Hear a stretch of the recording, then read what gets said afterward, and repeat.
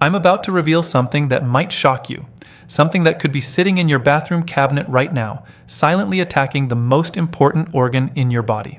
I'm Dr. Richard Wells, and after 2 decades as a cardiac surgeon, I've watched perfectly healthy people walk into my operating room with hearts damaged not by disease, but by medications they trusted completely. These aren't exotic drugs or experimental treatments. I'm talking about the pain reliever you took this morning, the stomach pill you swallowed with breakfast, even the cold medicine you grabbed last week without a second thought. What I'm about to share goes against everything you've been told about these so-called safe medications. The pharmaceutical companies don't want you to know this. Most doctors won't tell you because they simply don't realize the devastating connection. But I've seen it with my own eyes, patient after patient, heart after heart, and I refuse to stay silent any longer. By the end of this video, you'll understand exactly which 5 medications are secretly weakening your heart muscle, why they're so dangerous after age 60, and most importantly, what you can do starting today to protect yourself. This isn't fear-mongering. This is life-saving truth. Stay with me because what you're about to learn could literally add years to your life. Let's start with the medications found in virtually every home in America. The non-steroidal anti-inflammatory drugs, or NSAIDs for short. You know them by names like ibuprofen, naproxen, and diclofenac.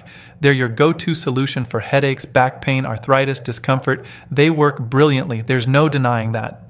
But here's what nobody tells you.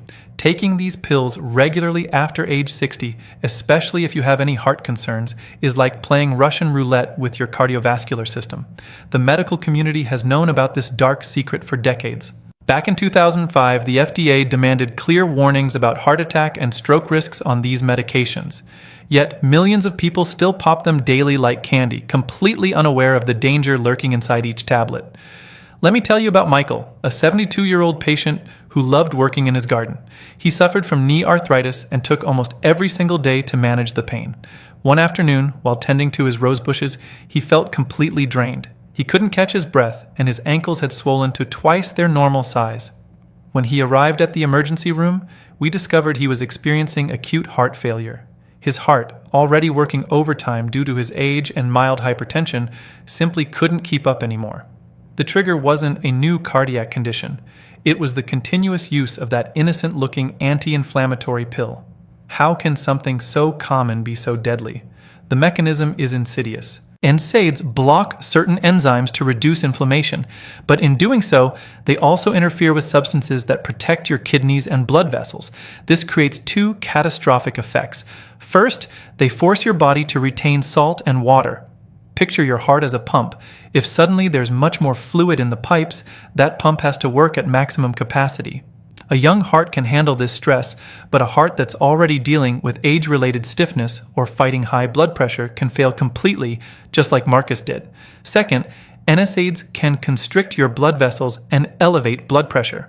Even if you don't have hypertension, regular use can raise it significantly. And if you're already taking blood pressure medication, NSAIDs can completely cancel out their effect, sending your pressure skyrocketing without you even realizing it. It's critical to understand that the risk depends on dose and duration. Drugs like diclofenac and high-dose ibuprofen, around 2,400 milligrams daily, are the most strongly associated with cardiac problems. Low-dose naproxen appears somewhat safer, but the risk is never zero. And here's another shock. If you take low-dose aspirin to protect your heart, certain NSAIDs like ibuprofen can actually neutralize that protective effect entirely. So what should you do? The solution isn't to suffer through pain. It's to have an honest conversation with your physician. Ask directly, "Doctor, given my medical history, what's the safest pain relief option for me?" Alternatives exist. Sometimes acetaminophen is sufficient. Other times, topical anti-inflammatory creams or gels that work locally are excellent choices. And if an NSA is absolutely necessary, the golden rule is lowest dose for the shortest time possible. Now we arrive at number 4, and this one will absolutely surprise you because it's marketed as a stomach protector. I'm talking about proton pump inhibitors, or PPIs.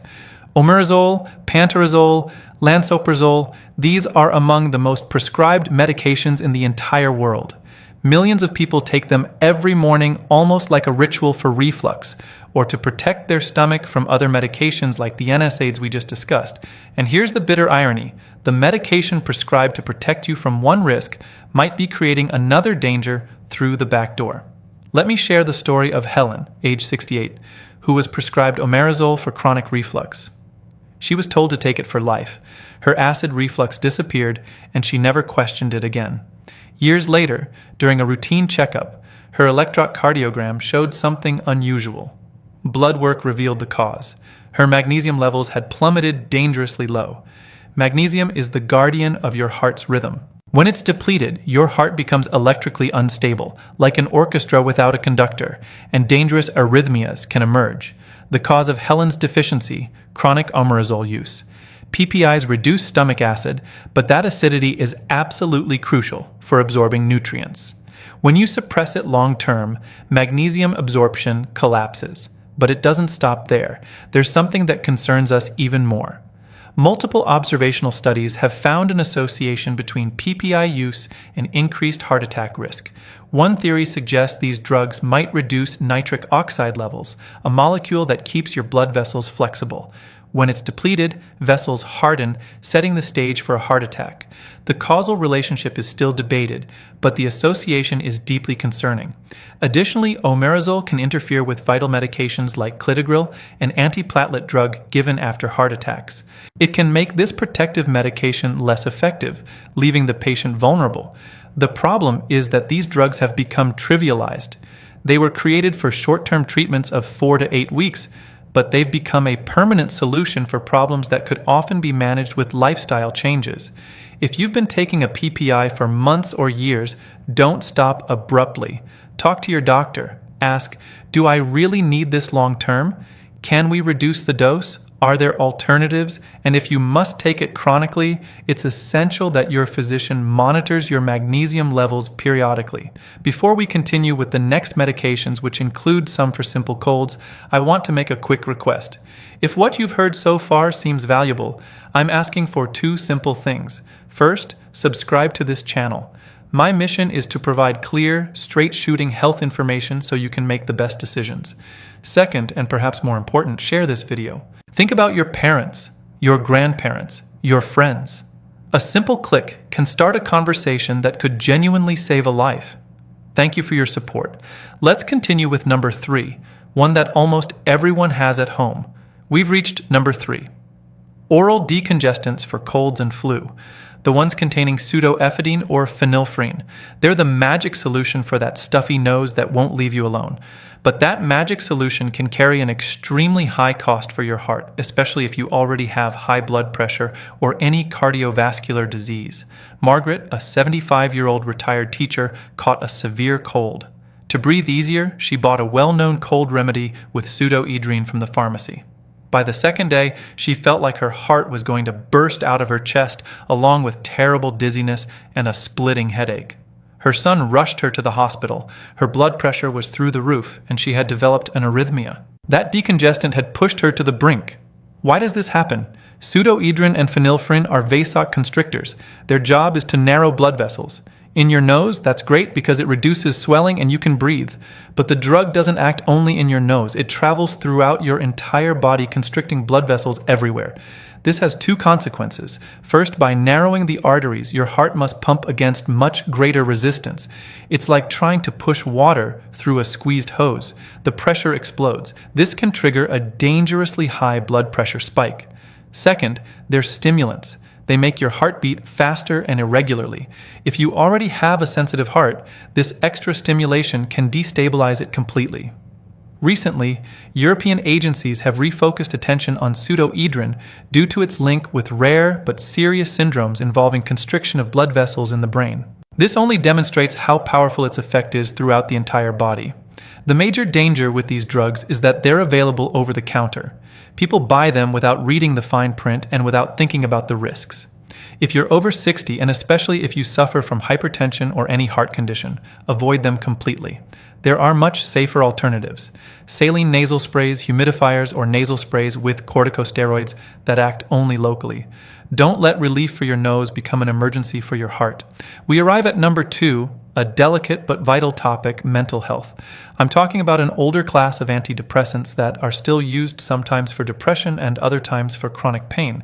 Tricyclic antidepressants, names like amitriptyline or imipramine. Depression itself is a risk factor for heart disease. That's why treating it is crucial. But how we treat it matters enormously, and these drugs can be dangerous for an older person's heart. Frank, a 78, suffered terrible pain in his feet from diabetes. His doctor prescribed a low dose of amitriptyline. It helped with the pain, but he started getting dizzy every time he stood up. One day, he fainted and fractured his hip. The cause was the amitriptyline, which triggered a sudden drop in blood pressure when standing, called orthostatic hypotension. But that's not the only risk. These drugs can also accelerate resting heart rate, which means constant stress for an aging heart. And what's most concerning, they can interfere with the heart's electrical system, slowing down impulses. This shows up on electrocardiograms and increases the risk of very dangerous ventricular arrhythmias that can cause sudden death. For all these reasons, tricyclic are no longer the first choice for treating depression in older adults. Today, we prefer newer antidepressants that are safer for the heart. However, they're still prescribed for neuropathic pain. If you or a loved one takes one of these medications, it's fundamental to talk with your doctor. Have safer alternatives been tried? Is blood pressure and heart rhythm being monitored? Mental and physical health go hand in hand. You need to ensure that treatment for one isn't damaging the other. And we arrive at number 1. This is perhaps the most controversial and debated point, but it's my duty to share the concern that exists in the scientific community. I'm talking about calcium supplements. Yes, you heard correctly. Those pills that millions of people take every day to protect their bones from osteoporosis. For decades, the message was crystal clear. Take calcium for strong bones. But in recent years, more and more studies are questioning the safety of these supplements for the heart. Let me tell you about Linda, age 70. Worried about osteoporosis, she started taking a high-dose calcium supplement on her own. Years later, she suffered a heart attack. She didn't have the classic risk factors. She didn't smoke. Her cholesterol and blood pressure were fine. Investigating possible causes, her medical team focused on that daily supplement. The controversy is real and the evidence isn't definitive, but the hypothesis concerns us deeply. Calcium obtained from food sources like dairy or vegetables doesn't seem to be a problem. It's absorbed slowly and the body uses it efficiently. The problem appears to arise with the high concentrated doses from supplements. When you take a pill, it creates an artificial spike of calcium in your blood. Your body can't use all that calcium for your bones, and the excess has to go somewhere. The primary concern is that it deposits in artery walls. This process, arterial calcification, makes arteries rigid and can contribute to forming the plaques that cause heart attacks. Some large studies suggest calcium supplements modestly increase heart attack risk, while other studies haven't found this connection. The evidence is complex, and for people with diagnosed osteoporosis, the benefits might outweigh the risks. But the lesson is clear. More is not better. The safest strategy is getting calcium from your diet. If your doctor believes you need a supplement, never start taking it on your own. It's a medical decision that must weigh your bone health, and very importantly, your cardiovascular risk. Today, we've uncovered the hidden side of 5 very common types of medications: anti-inflammatories, gastric protectors, decongestants, certain antidepressants, and calcium supplements. My main message isn't panic. It's not stop taking your medications. Doing that on your own would be extremely dangerous. My message is empowerment. Now you have valuable information that most people ignore. You know that the pill for arthritis can overload your heart. You know that your stomach protector might be affecting your heart rhythm. You know that a simple cold remedy can be a serious risk. Use this knowledge to become an active partner in your own health. The next time you see your doctor, go prepared. Take a list of everything you're taking, including supplements and vitamins, and ask clear questions. Doctor, I've read this medication could have risks for my heart. Is it still the best option for me? Are there safer alternatives? Should we monitor something like blood pressure or run specific tests? Every treatment is a balance between benefits and risks, and that balance changes with age. Your heart has worked hard for decades. It deserves exquisite care. Protecting it is the best investment you can make in your future. Don't take any medication for granted, no matter how common it seems. And now I'm asking one last thing from you. Share your experience in the comments. Did something here surprise you? Your stories can help others. And remember, always talk to your doctor. That conversation is the most important step you can take today to protect your heart for tomorrow. Take care of yourself.